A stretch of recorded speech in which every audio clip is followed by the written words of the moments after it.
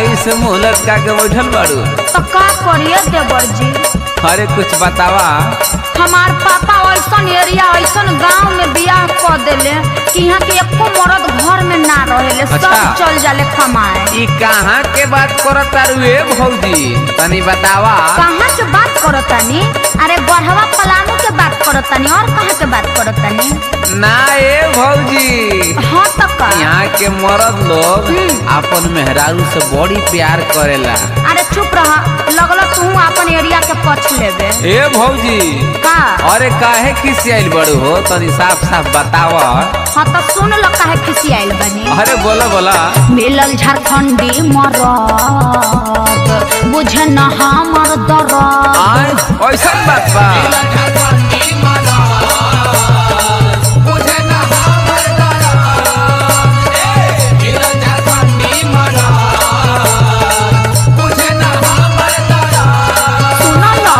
गढ़वा जिला में भइल शादी, भइल न मन गदगद। हो जाई टेंशन मत कर।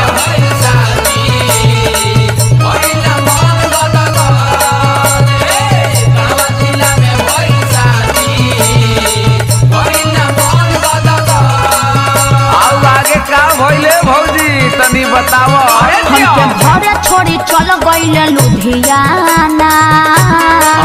हमके घरे छोड़ी चल गइले लुधियाना। अरे काहे रुक गइलू? तनी बतावा। माना तो रहा सुन लो, खाना निक नाही लागेला अचार के बिना। खाना निक नाही लागेला अचार के बिना। है अचार के बिना मन भर नाही भाताया भातार के बिना। मन भर नाही भाताया भातार के बिना।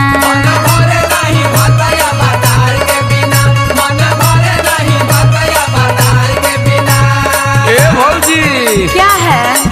अरे ऐसे झारखंड के बात नाम मत करो। अच्छा देखी हो जब भैया आई है नू हाँ तो तोहरा के चोकर वाला बोरा से 2 बोरा भर के प्यार करी है। बुझाइल? बुझाइल, सब बुझा गइल। चोकर वाला बोरा से प्यार होला? अरे इतने ना, आओ आगे सुना। हाँ सुनाई सुनाई ये देवर जी। ऐसे न कर बदना सगरो झारखंड के नाम। ए भौजी अच्छा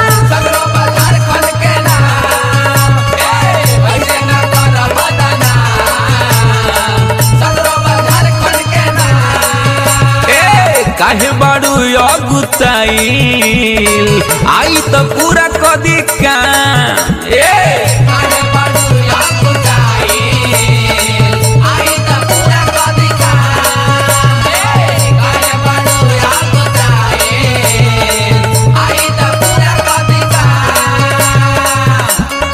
जाना तारू भौजी का हो? भैयो को एक प्रॉब्लम बा जवन की तारा बा। अरे चुप न रह। रही के बहरा में दर्द रोज सहेला। रही के बहरा में दर्द रोज सहेला।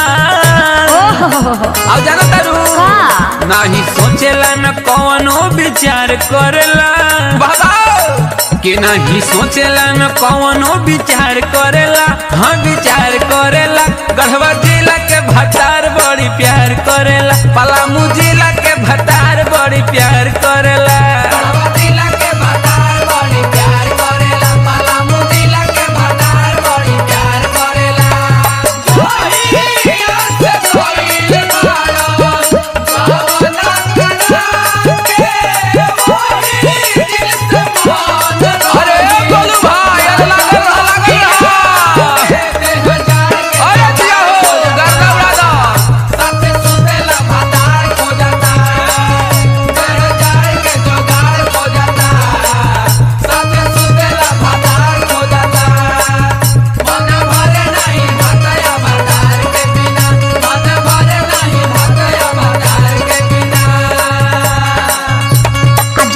देवर जी। अरे बोला। जहिया से गइल बड़े गवना करा के अच्छा एको दिन फोन ना कइल हमरा के। अरे बिजी हुई है। जहिया से गइल बड़े गवना कराई के हाल नाही पूछले कब फोना वाला गाई के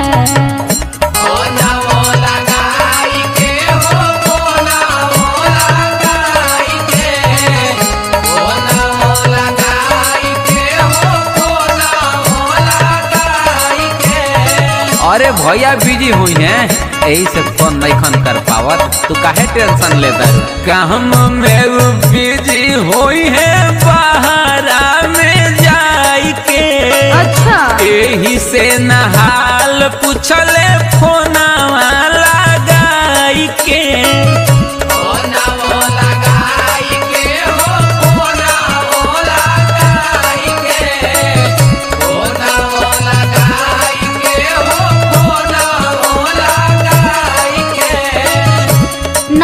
बड़जी जानत तनी और का कइले। अरे बताओ बताओ ये नहीं दे ये क्या गइले वो प्यार क्या चिन्ह ए सुन करो क्या है नहीं दे ये क्या गइले वो प्यार क्या चिन्ह। अरे चिवैबू का तनी आओ खोल के बताओ। सुनिए बड़जी बोला रोग ठीक नहीं होला उपचार के बिना। बाबा रोग ठीक नहीं होला उपचार के बिना। उपचार के बिना मन भरे नहीं भाताया भतार के बिना।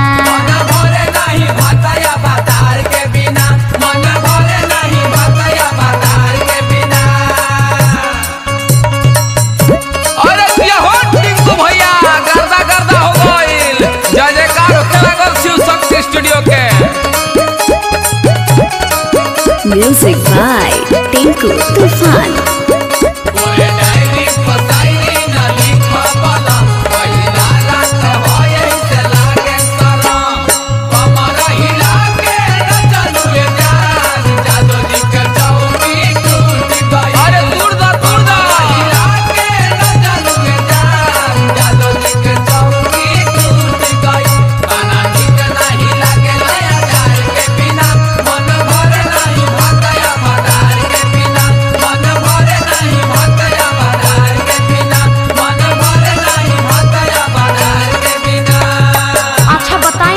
अरे बोला अतना जाड़ पड़ता कनी घुसल बा देह में अब उनका कुछ बुझात नहीं खे।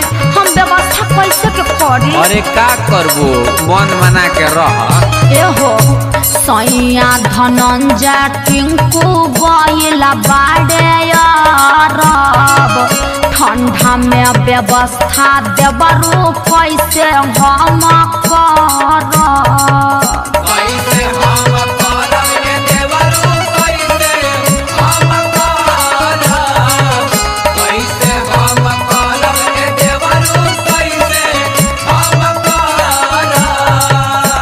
भौजी अरे टेंशन मत ला।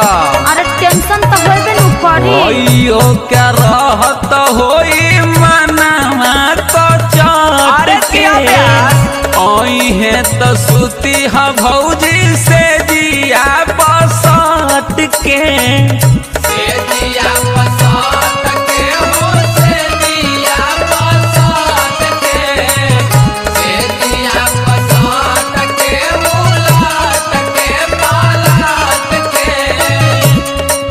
बड़जी। अरे का कहता रुए भौजी बोला। हमार श्रद्धा पुरैले नहीं कदिना। नहीं श्रद्धा पुरैले हुए कदिना। भौजी आओ बताओ तनी खोल के बताओ। सुनिए देवरजी हम का कहल चाहतनी। हाथ खाली होला जैसे हथियार के बिना। हाथ खाली होला जैसे हथियार के बिना।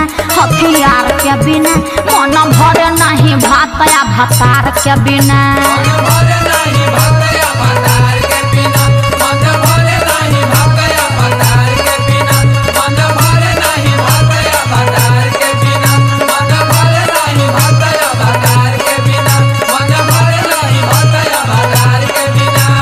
अरे देवर बबुआ भाता भतार के बातें कुछ अलग बात तू ना बुझबा। अगर आप चाहते हैं कुमार डिजिटल चैनल के ऑडियो वीडियो सबसे पहले आप तक पहुंचे तो लाल बटन दबाकर चैनल को सब्सक्राइब करें और हाँ, बेल आइकन को दबाना ना भूलें।